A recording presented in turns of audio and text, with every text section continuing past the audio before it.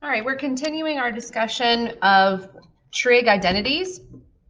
And in lesson 5.4, we're going to be looking at 3 different types of identities. I would like to preface this lesson with reminding you that these are not formulas you're going to have to memorize.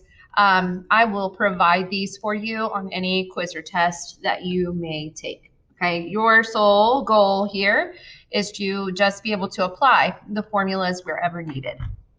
All right, so let me give you an example to start and kind of understand what all these mean here. These are called double angle identities because what it will do is it will take double the angle value that you're currently looking at and kind of break it down in a sense. So let's just look at this first one for a minute. How would I apply this? I'll do kind of a silly problem that I know is probably not necessary because we already know what sine of 128 degrees is, but just kind of bear with me. So let's just say I wanted you to find sine of 120 degrees, okay? To apply the formula, what we're going to do is we're going to take the degree measurement, and instead of writing it as 120, we're going to break it down to 2 times whatever it would be to equal 120. So sine of 2 times 60 degrees would be equal to 120. That means that the 2 in front is the 2 from the formula. The 60 would be the u in this equation.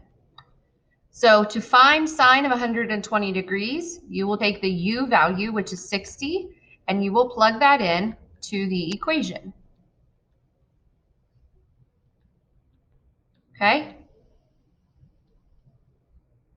You will then solve the equation. Sine of 60 degrees is radical 3 over 2. Cos of 60 degrees is 1/2. And multiplying all of this out is going to give you the value of sine of 120 degrees. So it looks like we're going to have 2 radical 3 over 4, which simplifies to radical 3 over 2. And that is the correct answer for sine of 120. It is equal to radical 3 over 2. So that's what all these formulas here are going to be doing for you. It's just a quick little example.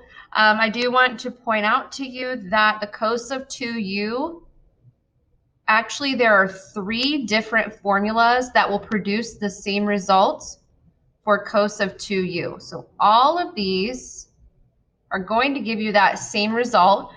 There's 3 different formulas, so you can sort of choose whatever you think is going to fit best in the problem that you are working on at that time, okay? But any of these are going to give you the correct answer. A half angle identity is going to do something very similar, but what we're going to do is you know, kind of the same setup, but it's going to give you a different answer again. So if I wanted to say, we'll use the first equation again, but like if I wanted to have you find sine of 15 degrees, to set it up in a half angle identity, you would take some number, not 15, but some u value that when you took this number and divided by 2, it equaled 15. Okay, so you're thinking of what number divided by 2 is equal to 15. Well, that number is 30, right? 30 divided by 2 is equal to 15. So I'm simply taking my number and trying to set it up in terms of something divided by 2 so that it fits this formula. That makes 30 the u value. So you will then take the u value of 30 and you will plug it into this equation. Now these half angle identities are a little bit different in the way that you would solve them. This should be cos. A little bit different. I'm just going to begin it the same way by plugging in the 30 everywhere that I see a u. The next step, I will go find cos of 30 degrees. I think that's radical 3 over 2. And then here's where it's going to change a bit. So this problem, we're actually kind of stuck. It's not going to end up being something you can simplify all the way down. You could give it a try if you'd like, but you're not going to get very far. So for this particular question, to get an answer that is more simplified than this, you would need a calculator. Now that's not always the case, but it is here. So if I needed to simplify further, I would grab a calculator, and the calculator for this question would be 0.259. Now, the plus or minus is actually not part of the answer every time. The plus or minus refers to the fact that the answer could be positive or negative depending on what quadrant you are in. So you're going to have to go back to the original problem at the very end of your work, and you're going to have to say, okay, sine of 15 degrees, that was in quadrant 1. And sine is positive in quadrant 1, so I know my answer would have to be positive as well. So your answer has to have the correct sign based on what quadrant your original angle measurement was in. Okay. Also, there's another situation like the last where there's multiple identities for one trig function. So tangent, you have 3 options for this half angle identity. The last thing is a power reducing formula. Power reducing formulas are exactly what they sound like. This is literally to take something that is squared and reduce it down to something that is not squared. So I would use an example like this to do, I don't know, we could say, what is sine of 15 squared? The u is actually just the exact angle measurement in this problem. So this would be our u value. And you're going to plug it in to the equation everywhere that you see a u. And you're going to have 1 minus cos of 30 that you would need to solve. Divided by 2 would give you the answer. So 1 minus cos of 30 is 1 minus radical 3 over 2. Divide by 2, and you have the value of sine of 15 squared. So first up on the list is we're going to just prove a few identities. We've been doing this. This is nothing crazy new. We're just going to apply it with all these different fancy formulas that we've got, okay? Now this one, I could do a couple of different ways. Basically, it's asking you to prove a double angle identity that's already true. So rather than using the double angle identity that's literally stated here, I'm going to show you one little extra thing that you could do. And that is, I could use a sum or difference formula here. So I'm going to rewrite this. So instead of sine of 2u, I'm going to write it as sine of u plus u. Now stop and see if that makes sense to you. U plus u is 2u, right? So I am allowed to write it as sine of u plus u. And then because I have it written as a sum, I can go to my summation formulas from lesson 5.3, and I could write down what that would look like. So I think it goes sine cos plus cos sine. So it'd be sine cos plus cos sine. Again, this formula came from lesson 5.3. Okay, so simplified, we've got all this, and it says it's supposed to equal 2 sine u cos u. It kind of does. It's just not real obvious, but these are like terms. It's a sine u cos u, a sine u cos u. Maybe flipping this would make it more obvious. But when you have like terms and you are allowed to add them together, so we could just say I have 2 sine u cos u's. And so that one's finished. Number 2 says prove the identity. So we have a pretty large arsenal of equations and identities at this point. You're just going to figure out what's going to work for you. So I think I'm going to start on the left side. I think I'm actually going to factor that. So if you're not seeing the factoring and how that may work, let's go over to the side and remember that it is okay to change your trig functions to just x's and y's or something more familiar. And when you do that, hopefully you see that this is just a difference of squares problem. X squared minus y squared times x squared plus y squared. So that's how this is going to be broken down. It's going to be cosine squared plus sine squared times cosine squared minus sine squared. I'm going to erase all this so it's not getting in our way. Okay, the next thing that you're going to do is you're going to maybe look at your Pythagorean identities, because this thing right here in our Pythagorean identities, that is equal to 1. So all of this becomes 1. And you have cosine squared theta minus sine squared theta. There's definitely more work needed because the answer is supposed to be cos 2 theta. So maybe go look at all your new formulas. See if you can find a cosine squared minus a sine squared. Cosine squared minus, here it is right here. Cosine squared minus sine squared is equal to cos of 2u. And that is exactly what we wanted, cos of 2 theta in this case. That is exactly what we were looking for, so we are finished. Oh, by the way, remember that at the end of a proof, if we're going to be very fancy, we say QED. Okay, next example, it says, given the triangle below, find each of the following.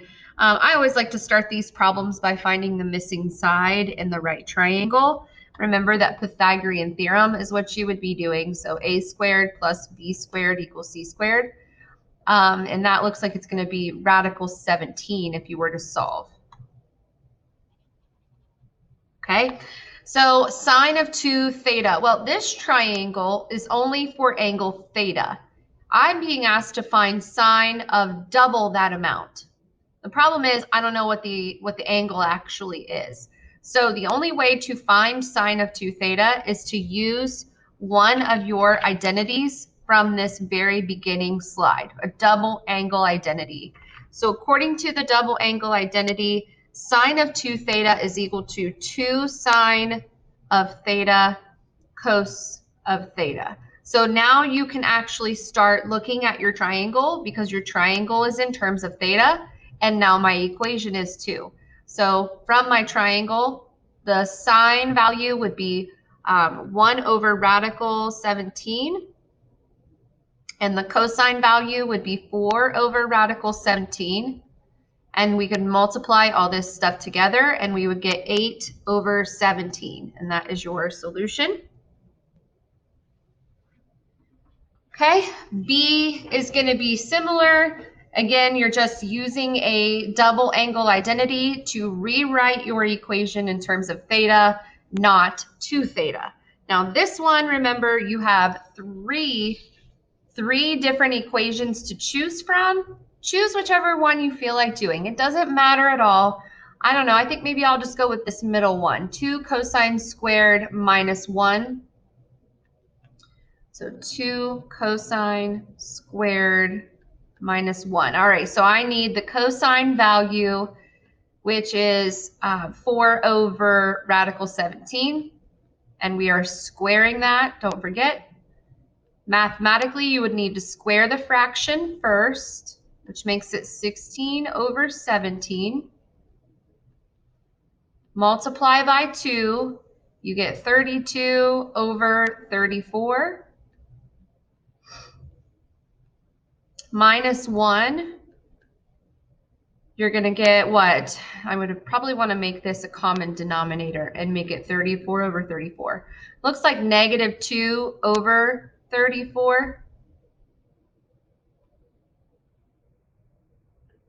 which is going to be negative 1 over 17 if you were simplifying.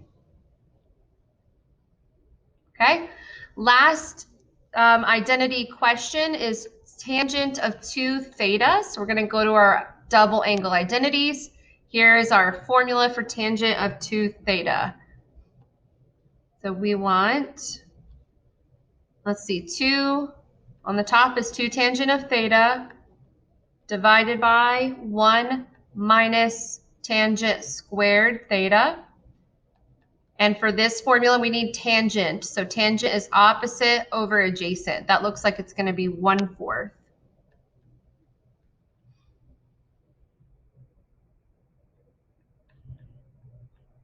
All right, if you plug in a 4th, everywhere you see tangent, you're going to see get an expression that looks like this. Okay, 2 times 1/4 is 1/2.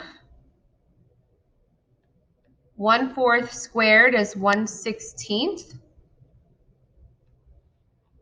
I'm going to do 1 minus 1/16. That would be 15 over 16. And then we can do outer inner, which is going to be 16 over 30. And I believe you can divide the top and the bottom all by 4. Nope, 2. And you get 8 over 15. Okay, so that's your double angle identities. Let's try some half angle identities. So for this question, it says, given that u over 2 is equal to 165, find each of the following. So basically, find sine of u over 2 is like saying find sine of 165. Okay, we are being asked to use a half angle identity. So for the half angle identity, your angle measurement here, you need to find the value of u. Okay, so what that means is I need to think of it like this. I need to think of it as what number divided by 2 is equal to 165. Well, you could just take 165 and double it and you would find that value. That is going to be 330. Okay, go back and find your formula. Again, it's this top one here. And let's write that down. And remember, we're now plugging 330 in everywhere we see u. That's the value of u. So this is going to look like the square root of, plus or minus, 1 minus cos of 330 divided by 2. Cos of 330 degrees, that is something that is in the unit circle.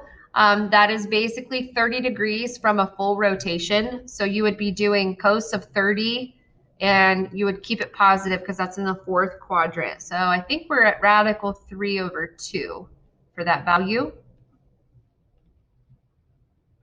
Okay. And then sometimes you guys, you're going to be able to, get a common denominator maybe. If you were to get a common denominator, it would look like 2 minus radical 3 over 2 all over 2. Maybe do outer inner, but basically this is another one of those problems where you're going to get stuck.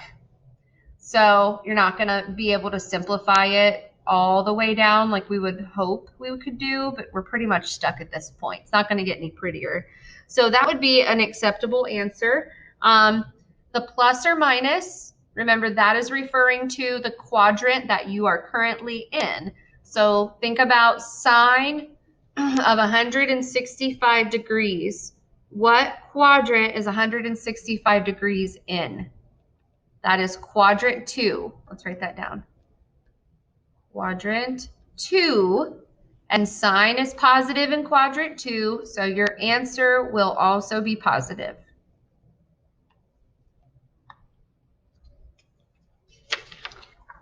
Okay. Example 6, we're going to find cos of 2x is equal to 1/2. We are solving for x. Okay. Now, these don't really have anything to do with identities. I just chose to bring these solving equation problems back in this lesson because it's something I think we need to work on. These are very important skills, the solving equations skills. So to do this, what you're going to do is you're first going to rewrite maybe as just like cos of x. So let's ignore the fact that this is 2x for right now.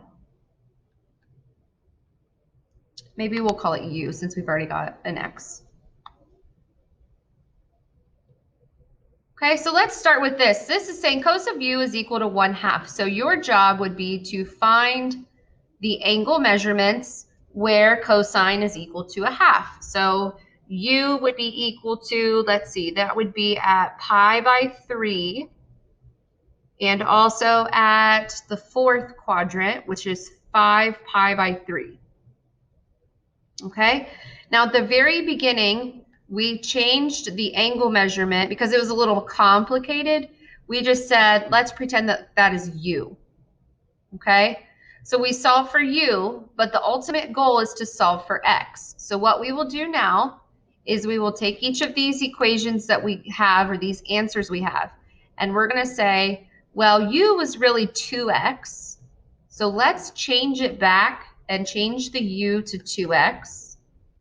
And that means we're going to have to continue in that solving process. We've got one more step, and that is to divide both of your answers by 2, and you will have your x value. So this would be pi by 6 and 5 pi by 6. Okay, we were down to the last two. So let's try that again. Sine of 2x. I don't know what sine of 2x is. That's too difficult. So maybe let's change it to something else. Let's say that u is equal to 2x. So I'm going to start with the simplest thing I can think of, and that is just sine of u. When is sine equal to 0? Sine is equal to 0 at 0 and pi. Okay, now go back to that substitution that we made at the very beginning and change u back to 2x for both of these little answers here, and continue solving. So divide by 2, we would still have x equals 0, but we would have x equals pi by 2 for this second solution. By the way, you could check your answers, couldn't you? Take your answer, plug it back in for x, see if it's correct. Okay, last one. This one, we've got cos of 2x plus cos of x equals 0. Okay, so this one's tricky because we don't have like terms here. This is a 2x and this is an x. The angles aren't the same, so you can't combine like terms. What we can do is we can use an identity. Okay, so I'm going to use an identity from my list, but it has to be from the double angle identities. So I'm going to pick one of these three. I would like to pick this middle one because it's got a cosine, and my equation also has cosines. So I'd like to keep everything kind of the same. So I'm going to change this to 2 cosine squared x minus 1. That's what the identity says it is equal to. Okay, now what we can do is we can actually factor this. But first, I think I'm going to rearrange all the terms so that the squared term is first, the cos is in the middle, and the constant is on its own. And then let's factor. So I know I need 2 cosine times cosine to get 2 cosine squared. And then I think we're going to need a plus 1 over here and a minus 1 here at the beginning. As we typically do in factoring, we will then set each of our factors equal to 0. And we're going to solve. So this would be add 1 and divide by 2 makes it 1/2.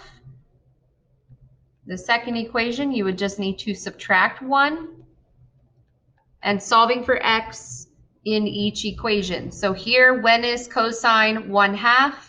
Cosine is 1/2 at pi by 3 and 5 pi by 3.